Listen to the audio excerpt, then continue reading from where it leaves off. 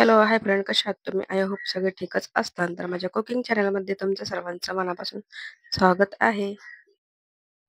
आणि आपली recipe start करण्याच्या अगोदर माझ्या चॅनलला सबस्क्राईब केलं नसेल तर प्लीज फ्रेंड्स माझ्या चॅनलला सबस्क्राईब करा आणि आपली रेसिपी स्टार्ट करूया. तर तुमच्यासाठी प्रत्येक वेळेस मी छान-छान अशी रेसिपी घेऊन येते आलेली आहे आणि आजही घेऊन आलेली आहे. तर आज आपण मस्त असे बनवणार आहे मैसूर पाक. त्यासाठी तुम्ही पाहतच असाल की आपला गॅसचा फ्लेम चालू करून त्याच्यावरती एक कढई ठेवलेली आहे आणि एक पाणी घेतलेलं आहे आणि त्या एका कपामध्ये दुसरं जे मेजरमेंट कप आहे तर ते पण 1 ते 1.25 कप मी ह्याच्यामध्ये साखर घेतलेली आहे. आणि ही जी साखर आहे ती आपल्याला पूर्ण अशी मेल्ट करून घ्यायची आहे.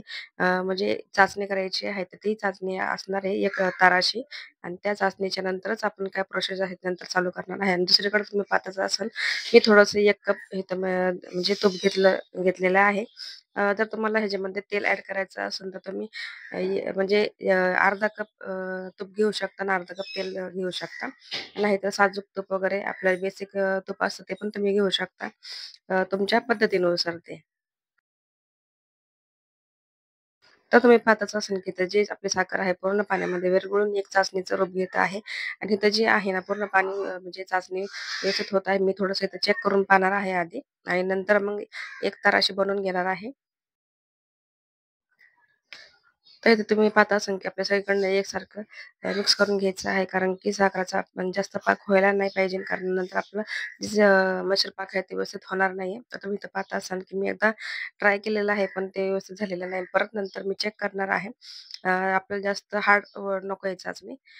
ते तुम्ही चेक करत आहे. तुम्ही पाहताच असाल की एक तार म्हणजे एकदम एकदम नॉर्मल असा हाताला चिकटला पाहिजे. तर आपलं ऑलमोस्ट आपला जी चाचणी आहे ती झालेली आहे. तर ह्या स्टेपला आपल्याला गॅसचा फ्लेम तर बारीकच ठेवायचा आहे. तर मी तर बारीकच ठेवलेला आहे. म्हणजे स्टार्टिंगपासून तर एंडपर्यंत. आणि एक मेजरमेंट कपाने ज्या साखर म्हणजे ज्या कपाने साखर घेतली होती त्याच कपाने बेसन पीठ घेतलेलं आहे. चाळून वगैरे घेतलेलं आहे. तर तुम्ही इथं पाहतच असणार की इथं म्हणजे एकाच हाताने मी मिक्स करत आहे. दुसऱ्या हाताने जी चाचणीचं मध्ये बेसन पीठ मिक्स करत आहे. गॅसचा फ्लेम आहे ते एकदम बारीक करत ठेवायचाच आहे आपल्याला आणि तेव्हा तुम्ही पाहतच असाल की याला खूप असा वेळ लागतो आणि जेवढा वेळ लागेल तेवढी आपली जे मैसूर पाक आहे एकदम खायला खूप छान लागतात. आणि इथं आमचं थोडंसं लाईट गेल्याच्यामुळं बाहेरचा भरपूर आवाज येत आहे. तर तुम्ही पाहत असाल की आपल्या कशाप्रकारे जी चाचणीमध्ये बेसन पीठ आहे एकदम मिक्स झालेलं आहे आणि नंतर मी जे आपल्याला गॅसचा फ्लेम दुसरीकडे म्हणजे तूप गरम करायला ठेवलेलं आहे ते बारीक गॅसवरतीच ठेवलेलं आहे आणि नंतर आपल्याला थोडं-थोडं ह्याच्यामध्ये आपल्या बेसन पिठामध्ये ॲड करायचं आहे आणि जसं आपण ॲड करू तसं ते पीठ फुगतं. फक्त म्हणजे त्याला जाळ्या बनवायला तयार होतात. तुम्ही पाहत असाल की तुम्ही कशाप्रकारे आपलं बेसन पीठ एकदम चेंज झालेलं आहे आणि जसं-जसं आपण पीठ मिक्स करू त्यानुसार आपलं जी व्हाईट असतो पिवळा थोडासा पिवळा कलर असतो ते जास्त पिवळामध्ये कन्व्हर्ट व्हायला सुरू होतं आणि आपल्याला जेवढं होईल तेवढं थोडं-थोडं तेल म्हणजे तूप आहे ते ॲड करूनच आपल्याला पूर्ण मिक्स करून घ्यायचं आहे. तर तुम्ही पाहत असाल की जे आपलं चाचणीचं मैसूर जे पाक आहे एकदम रेडी झालेला आहे. पूर्ण अशा जाळी सुटलेल्या आहेत. ह्या स्टेपवरती आपल्याला आपल्या भांड्यामध्ये काढून घ्यायचं आहे. तर एकदम असं जाळीदार झालेली आहे. तर तुम्ही पाहत असाल की एकदम पूर्ण एकसारखी आपल्याला म्हणजे एकसारखं करून घ्यायचं आहे.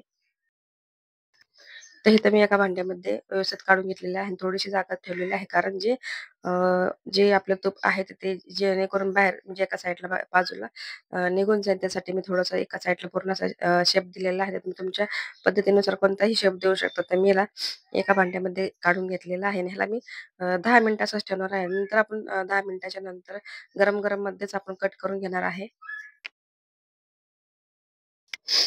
तर तुम्ही पाहता असाल की मी पूर्ण एकसारखं करून घेतलेलं आहे 10 मिनिटाच्या नंतर आणि ऑलमोस्ट आपले 10 मिनिटं पण झालेले आहेत. तर मी असं म्हणजे ते भांडं होतं ते नॉनस्टिकचं होतं ते व्यवस्थित निघलं होतं. मला वाटलं सुरीने निघणार नाही पण लक्षात नव्हतं नॉनस्टिकचं भांडं आहे आणि ते व्यवस्थित तुम्ही पाहत असाल की कट पण लगेच झाली असं नाही की म्हणजे आपली रेसिपी म्हणजे नाही का खराब वगैरे झाली असं काहीच नाहीये.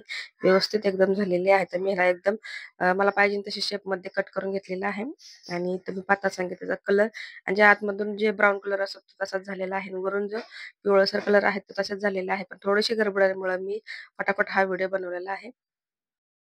आणि हो, हा व्हिडिओ कसा वाटला नक्की मला कमेंटमध्ये सांगू शकता. व्हिडिओ आवडल्यास माझ्या व्हिडिओला लाईक करा, चॅनलला सबस्क्राईब करायला अजिबात विसरू नका. भेटू नेक्स्ट व्हिडिओमध्ये. तोपर्यंत स्वतःची काळजी घेत राहा. सर्वात महत्त्वाचं खात राहा. बाय.